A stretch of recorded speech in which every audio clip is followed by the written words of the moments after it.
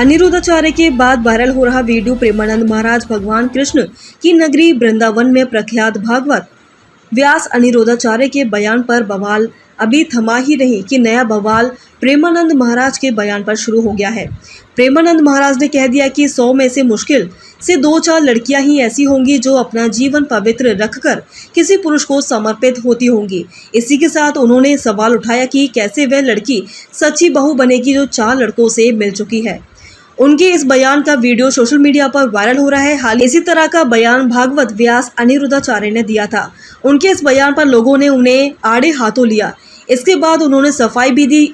उनके बयान पर उठा विवाद अभी ठंडा ही नहीं हुआ कि प्रख्यात संत प्रेमानंद महाराज का बयान सोशल मीडिया पर वायरल होने लगा है। बताया जा रहा है कि उनका ये बयान पुराना है, लेकिन सोशल मीडिया पर अब ट्रेंड कर रहा है। बच्चों के चरित्र पर चर्चा कर रहे प्रेमानंद महाराज वायरल हो रहे इस वीडियो में प्रेमानंद महाराज ने बच्चों के चरित्र पर चर्चा कर रहे हैं।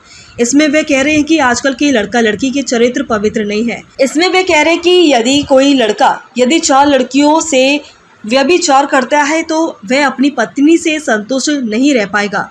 जब उसकी आदत बन जाएगी तो वह व्यभिचार करेगा ही। इसी प्रकार जब किसी लड़की को 4 पुरुषों से मिलने की आदत पड़ जाती है तो वह एक पति को स्वीकार करने की हिम्मत उसमें नहीं रह जाएगी। उनके दावे पर आपत्ति। इस बयान में प्रेमानंद महाराज यहां तक दावा कर रहे हैं कि 100 में मुश्किल से कोई 2-4 कन्याएं ही ऐसी होंगी जो अपना पवित्र जीवन रखकर किसी पुरुष को समर्पित होती होंगी। सवाल उठाते हुए प्रेमानंद महाराज ने कहा है कि कैसे वह लड़की सच्ची बहू बनेगी जो पहले 4 लड़कों से मिल चुकी है। इसी प्रकार जो पहले ही 4 लड़कियों से मिल चुका हो, क्या वह सच्चा पति बन पाएगा? 100 में कोई 2-4 कन्याएं ऐसी होंगी जो अपना पवित्र जीवन रखकर किसी पुरुष को समर्पित होती होंगी। कैसे वो सच्ची बहू बनेगी? जो 4 लड़कों से मिल चुकी वो सच्ची बहू बनेगी? जो 4 लड़कियों से मिल चुका वो सच्चा।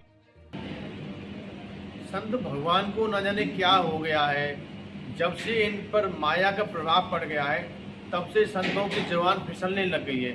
अब प्रेमानंद महाराज जी महिलाओं के बारे में इस प्रकार की बात कर रहे हैं। अरे महाराज जी, ये तो मातृत्व शक्ति है। हमने आपने सभी ने माताओं के कोख से जन्म लिया है और माता बहनों के बारे में आप ऐसा बोलेंगे तो सनातन धर्म का जो प्रचार प्रसार हो रहा है उस पर प्रभाव पड़ेगा। जहाँ पर लक्ष्मी का प्रभाव आ जाता है वहाँ पर थोड़ा अहंकार भी आ जाता है।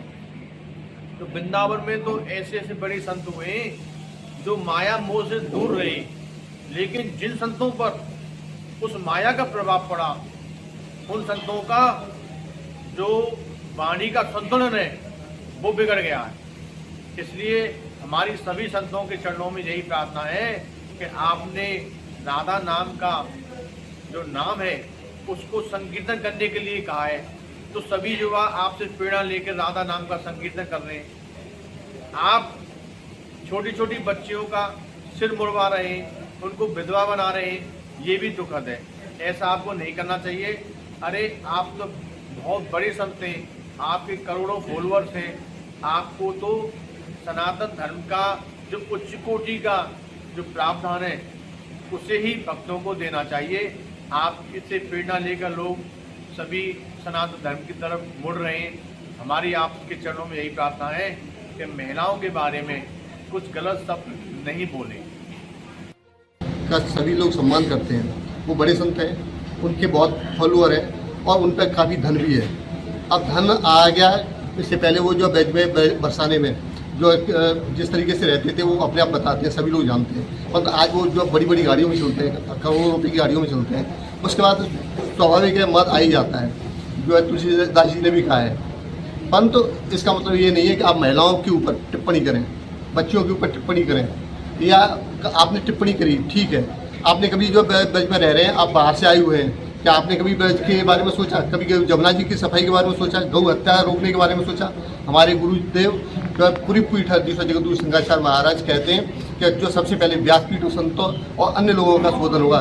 मुझे लगता है कि अब वो समय आ गया है जहाँ संतों का शोधन और व्यासपीठ का शोधन होना शुरू हो गया है। चाहे वो अनिरुद्धाचार्य जी हो, चाहे प्रेमानंद जी महाराज हो, इन सब का विरोध होगा। जो भी मातृशक्ति से टकराएगा वो निश्चित ही चूर हो जाएगा। और वो समय निश्चित जल्दी ही है। और वो जो है हम ब्रजवासी निश्चित तौर पर अगर उन्होंने इसके लिए क्षमा नहीं मांगी तो हम लोग विरोध करेंगे, ब्रजवासी उनका विरोध करेंगे। इस तरीके की बातें बिल्कुल भी बर्दाश्त नहीं की जाएगी। तो वो किसी मातृशक्ति के बारे में, बच्चियों के बारे में अनगल टिप्पणी करें, चाहे वो अनुराधाचार्य जी हो, चाहे प्रेमानंद जी महाराज हो या अन्य कोई संत हों।